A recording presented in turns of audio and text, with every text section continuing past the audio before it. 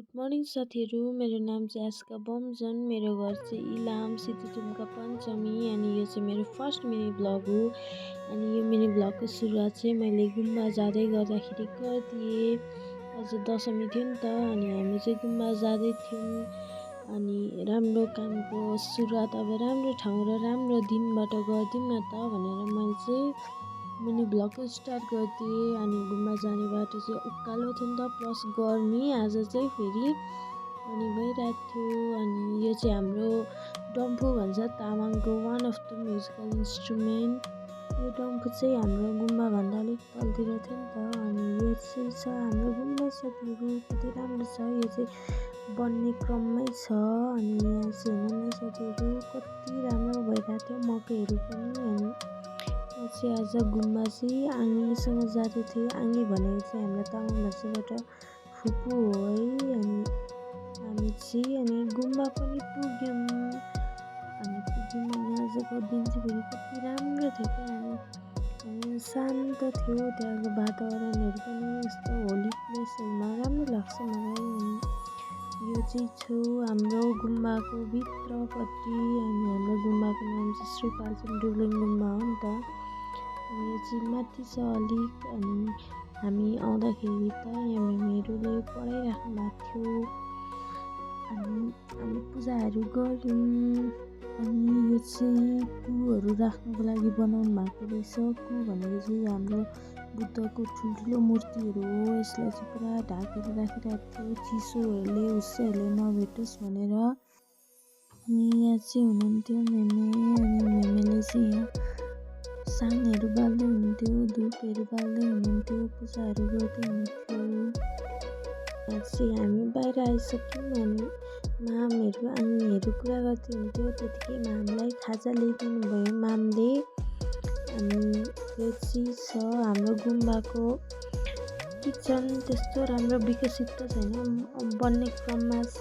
अनि मैले चाहिँ मामलाई हेलो गरिदिनु न भनेर भनेको थिएँ। अनि मामले पनि हेलो गरिदिनु भयो। अनि अङ्कललाई पनि हेलो गरिदिनु न भनेको, मलाई चाहिँ नदेखाऊ है भिडियोमा भनेर भनिराख्नु भएको थियो। अनि त्यही पनि हेलो गरिदिनु भयो। अनि मैले मामालाई पनि हेलो गरिदिनु न भने, अनि हेलो गरिदिनु भयो। अनि यो चाहिँ छ हाम्रो गुम्बा, राम्रो छ। डिजाइनहरू चाहिँ भइसकेको छ, अझै तलाहरू थप्नु बाँकी होला। अनि रङरोगनहरू गर्नु बाँकी छ। अनि हेर्नु न साथीहरू, कति राम्रो भएको थियो दिन चाहिँ। अनि यो चाहिँ हाम्रो पहिलाको गुम्बा थियो। अनि मलाई चाहिँ यो फेरि रुख चाहिँ कति मन परेको क्या। यहाँ चाहिँ अङ्कलहरू अनि गफ गर्दै हुनुहुन्थ्यो, कस्तो शान्त थियो क्या वातावरण पनि। अनि यो चाहिँ अझै बन्नु पनि बाँकी छ। अनि हाम्रो त्यतिकैमा हाम्रो चाहिँ बत्ती बाल्ने ट्रन आएको थियो। अनि आँखीहरू बाल्दै हुनुहुन्थ्यो नि त बत्ती। अनि मैले चाहिँ भिडियो गरेँ। अनि बत्ती भनेको चाहिँ शान्ति ल्याउनुको लागि बालिन्छ। यसलाई चाहिँ तामाङ भाषामा नाङसल पनि भनिन्छ। अनि हामीले पनि बत्ती बालिसक्यौँ। अनि हाम्रो पालो आएको थियो, एकछिनमा ठुई थाप्ने बेलाको पालो आएको थियो। अनि सबैले ठुई थाप्दै हुनुहुन्थ्यो। अनि हामीले पनि थापिसकेर हामी चाहिँ अब लाग्यौँ घरतिर। घर छिट्टै जानुपर्ने काम थियो नि त। अनि गयौँ हामी घर। अनि राम्रो भएको थियो आजको पूजा। अनि मैले बाटोमा कुकुरलाई पनि भेटाएको थिएँ। अनि त्यसलाई पनि बाई बाई भनेर मैले गएँ। अनि अहिलेको चाहिँ दिन हेर्नु न साथीहरू, कस्तो धुम्म भइरहेको थियो, हुस्से हावा आइरहेको थियो। अनि हामी चाहिँ हाम्रो स्कुल आइपुग्यौँ। अनि यहाँ चाहिँ मैले 5 कक्षादेखि 12 कक्षासम्म यही स्कुल पढेकै, साह्रै माया लाग्छ यो स्कुलको। अब त यो स्कुल पनि आउनु पाइँदैन। अनि हाम्रो स्कुलको नाम थियो श्री घान्दुङ माध्यमिक विद्यालय। यो चाहिँ सिद्धिथुम्का इलाममा छ। अनि यहाँ चाहिँ राम्रो टिचिङ हुन्छ। मलाई यहाँको वातावरणहरू साह्रै मनपर्छ, ठिक्कको हावापानी भएको वातावरणहरू। अनि हामी चाहिँ लाग्यौँ साथीहरू घर।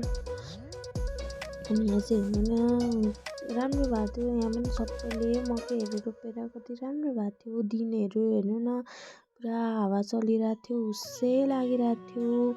यो भ्यू चाहिँ अलिक हाम्रो घरभन्दा अलिक वरको हो है। अनि यहाँ चाहिँ हाम्रो गाउँमा चाहिँ अनि पिच बन्दैछ आदि। पुरा बन्ने क्रममा छ, आधी बन्दैछ। अनि यो चाहिँ थियो हाम्रो डाँडा पञ्चमी बजार भन्छ यसलाई चाहिँ। झापा पनि यहीँदेखि जान्छ, यही बाटोदेखि जान्छ। अनि कस्तो शान्त छ यहाँ पनि। अनि यो चाहिँ थियो मेरो घर। हाम्रो घरमा चाहिँ आखे बाहिर बसिराख्नु भएको थियो। अनि धान पनि सुकाइरहेको थियो। अनि म अस्ति आन्टीलाई भेटेँ, अनि आन्टीलाई हेलो गरिदिनु भयो। अनि उहाँ चाहिँ हुनुहुन्थ्यो मेरो मम्मी। अनि मम्मीलाई पनि हेलो गरिदिनु मम्मी भने, अनि हेलो गरिदिनु भयो। अनि आमालाई पनि हेलो गरिदिनु न आमेन भनिदियो। अनि आमेनले पनि हेलो गरिदिनु भयो। अनि भिडियो अन्तिमसम्म हेरिदिनु भएकोमा thanks for watching, bye by.